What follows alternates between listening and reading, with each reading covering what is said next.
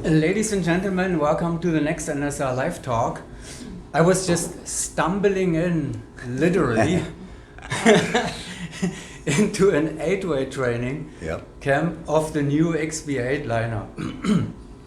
I knew that it was taking place because Jeana, you told me that, but I mixed it up totally. So I was literally stumbling in, not knowing what is going on here. Yeah. Perfect timing. It was perfect. So that was the first training of the, okay. Yeah, our first full day of training with the new lineup indoor. Yeah. So how did it feel like? It was fantastic. Yeah, it's everything's super light. Everybody's a very fast skydiver to begin with, and just linking up. Drew and I work in the center, doing a very good job. Our communication's super high. And, we had a small move with Jeana going to the back, going to the tail, and Andrew going to the inside front. And I think it's a really good setup. Who's in the point position now? It's with Mike and Jesse are up front. That's their slot, so it made sense for Andrew to move, and Jeana to move. So Mike, Jesse, give us quick insight of they are Golden Knights, current or former, or... Yeah, current Golden Knights, the Golden Knights competition team just recently got reinstated and they're back, but they have a few people that are on basically injured reserve. They're recovering from some injuries, and John and his father Tim, our main sponsor, talked to the commander and said, "Hey, we have an idea of maybe that you could give us." Some of these guys on loan for this year, and while the guys are recovering, and they've said they think it's a great idea, and I think that moves them forward into, after the 24 World Meet, then the Golden Knights, I'm sure, are going to start building their own 8-way team, and so give those guys another World Meet experience, and then get themselves set up for bringing back the Golden Knights dynasty. So, but without Drew and Jesse, then the new Golden Knights future kind of possibility? I think they're going to keep Jesse. Drew can't. Drew's about to retire. To keep Drew. Yeah. So Drew's still in the Army, but he's about to retire, and then he's making the transition over to us.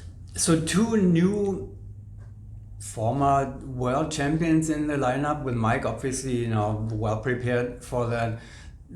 Jesse and Drew with the highest average ever in the history, so highly experienced. What are they bringing in for you? What is it that XP8? I mean, you cannot really tell by now, but you must have thought about something, that they can bring into it. Well, their experience means a lot. That's always a great thing, and just already being in the Army, they're in incredible shape. They're already physical specimens, and they just really move. We consider we're looking to have 8 people that are we call force multipliers. We want them to bring the group up, and it's doing that. Mike, I have to say, I'm super impressed with him. We've done some coaching with Mike as well in 4 and 4 camps, and this is a trial by fire, and man, he is on top of it, in no way behind, and the same thing, he's kind of helping push the pace, and that's very exciting, to be honest with you. I'm curious because I remember that XP8, you always said, well, our goal is really the Golden Knights level at their best times and so forth. But with XP8 you didn't really get there. Not yet. No. So the Golden Knights had something. Yeah. That on top of it. Any ideas? What did you talk about this? A little bit. Yeah. I mean, go ahead. I think something that the Golden Knights have is this is their job, right? And in a sense, XP8 has always had pieces of everybody, a piece of this and a piece of that, which made us great. But what they bring to it is that level of like, hey, I'm here to work. Tell me where to go, what to do. There's no personal feelings involved, and I think that's something to be said that really I haven't experienced as XP8s. years of different teammates. It's been different for every lineup that we have, but with these guys, it definitely feels more of like, hey, task oriented, check. So maybe that's something that they've had. So they call it the military discipline. Yeah. I think as well that, and this has happened the whole time that I've been up against the Golden Knights 8-way team, and that started in '96 when we were training to do that. And that is that, we would have a very technical plan. We're always talking a lot of technique and where we're looking and all those things. And then the Golden Knights, so they did it in 4-way, where they had done 0 4-way jumps, and they could come in there and they could win because they are all thrust at that time and no rudder. They're just pure power. And their physical fitness came into play, their headspace of just what Jeana was saying, that this is their job, they're here to do the work. And they didn't confuse anything with a lot of, at that time, I think a lot of technique. They were like, hey, we'll just spin this. And we need some of that. We need a balance of, hey, we need some raw power and we also need some finesse. And that's why I got this feeling, and just from, working with him the last couple months, but now, starting the training, that, this is where we're going to get those point averages that we want. I can't wait to see that the first time in competition we see that the Paraclete indoor meet, right? Yes, the next championship. month. Okay, well, it will be exciting to see that. Yeah, it's going to be great for the first time. So this is probably the strongest XP8 lineup ever. With them bringing some additional. There is no competition, not in the US, not in the world. There was no competition for the previous XP8 already by now. So now you don't do 4-way anymore to focus on the 8-way or whatever. I don't know. Michelle is not in the 8-way any longer because she is doing 4-way. So it sounds like there is even more focus on the 8-way team as a 4-way team. Yeah, for sure.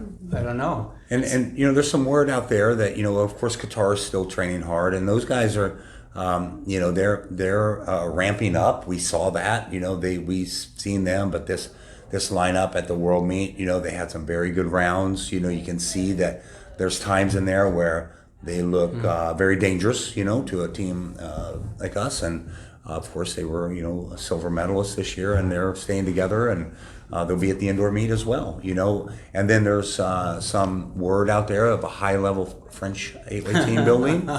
Yeah, and I heard that they're going to probably come to our nationals and come face us and try to give us the business, Do they have a lineup yet? I've heard some rumbling of the lineup, and it's a combination of a few of the older world champions in there, and some of the newer ones, and I think some pieces of the team in tonight that was so fantastic. Well, that will also be very interesting to see what's coming out of that. They are tired not to win anymore. Yeah, I guess, right. So, Yeah. well, that's good. That's good. It's competition. Yeah. So the Kirk, you did that was the first IPC meeting or FAI IPC meeting with ISC where you did not go, right? Right. Okay. Yeah. So you're not in this function any longer. No, I'm an advisor to the comp committee, but just an advisor. But what is it over already? It is. Yeah, It's finished. So there was that intensive discussion about dive pools, changes, making the indoor like the outdoor, blah blah, syncing that somehow.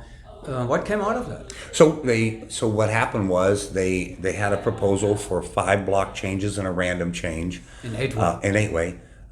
In 8-way that went through for indoor, but for outdoor they kept block 17 buzzard and block 20 the same as outdoor, but they changed block 14, 15, and 21 in random K. And I understand that people there's, especially in the United States, it seems like that there's some people out there that are a little, I wouldn't say resistant, hesitant around the tunnels, but look, the ISC has a vision, and they are under the umbrella of the FAI, and what they do is only competition. There's no safety and training. It's just about competition, and their job is to increase participation. And that's for the FAI. I mean, that's how the FAI stays alive, and how they make their income is participation in Category 1 and Category 2 events, right? Well, they already did this with the four-way dive pool, right? So the four-way dive pool was sized to fit into a 14-foot tunnel.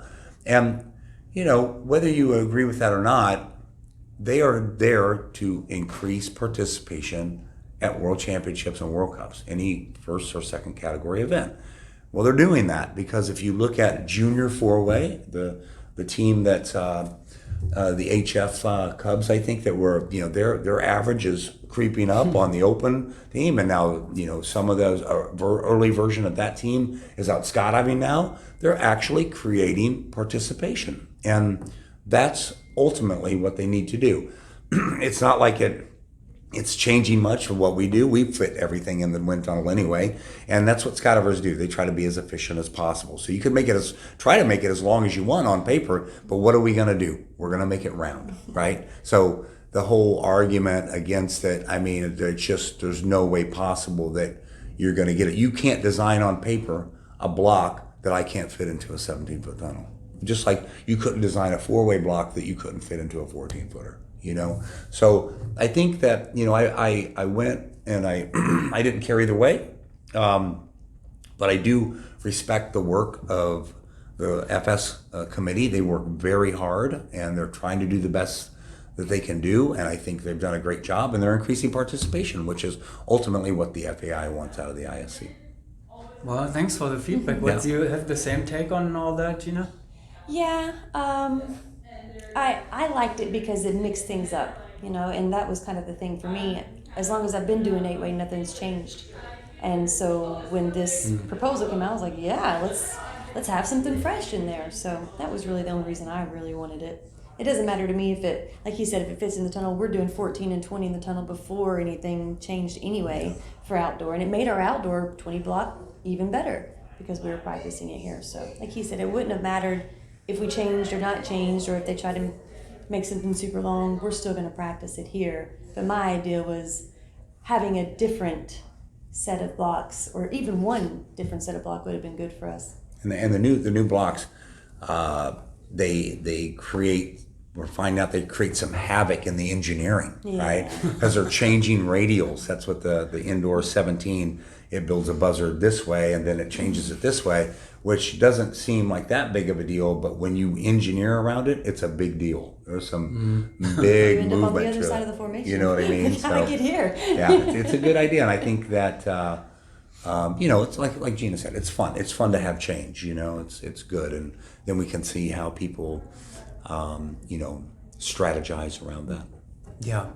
Well, there are always different views, different perspectives, from all. It's good to look at it from all sides. And then there are some people who have to make the decision eventually. Yeah. So we're all following the same rules. That is the most important thing that we all do. Agreed. Well, I think some people may not realize that how much this actually levels the playing field. We're brain locking way more than what we normally do because we have all new blocks that we're trying to figure out. We're strategizing, like, how am I going to do this? What's this move look like? I mean, if you look at the amount of experience on XP8 right now with the old dive pool, there's no way. Good luck trying to beat that. How many reps do we have? Especially no U.S. team's going to be able to do it. Now, you change this, you add new, and it's not just new for us, it's new for everyone. And I guarantee you at the indoor meet, with the new blocks in it, you're going to see a closer score for us and other teams because it's new to us also. We're trying to figure out where we're going in there also. It should spice things up competitively. Now you're the only girl in the boys team now left. Does it make you sad, or are you happy, or it doesn't really matter? I guess. I don't know. We had I don't two couples. even think, We used to have two couples, right? Actually. Yeah. I don't even know if they think of me like a girl. We didn't have that. Even with Michelle, on the team the last few years and winning world meets with Michelle, we didn't really. It's just another teammate to us, and. Well, there must be something. There must be a difference because there must be a reason why they have a four-way women event. So saying that it doesn't really make. I mean, obviously there must be a difference. If not, they wouldn't have the event, right? Yeah, I mean, you look at. We've talked about this, that the female event, the four-way event at the World Parachute Championships has been some of the most exciting things to watch. It's been back and forth. And I remember from way back when it was, the Brits and Sweden and all those guys. It was a battle, man, like a very exciting thing to watch. And their level is at our level. So, I think just because it's exciting, it won't go away. But we've proven over and over that with Michelle and Jeana, of course, and Natasha and Eliana, of course, that it's all. Yeah, we have Jeana and Kirk. Now you live together too now, right? So it's one household, and Nicholas and Michelle, and it all was very successful. So that's interesting. Yeah. Not all of it has always been so successful in the past, but Right. I think it can be exhilarating if you can share that passion, right? Yeah, absolutely. Happy campers. Well, I know you have to go very soon, so I'm glad I got a little bit of Yeah. it. Can I steal some Yeah, of the you guys videos? watch that video, all of them, they're all on there. We can see the new lineup in Yeah, action. yeah. Okay, I'll do that. Yeah. Great, man. Okay, thank you very You bet. much. Thank you. Thanks.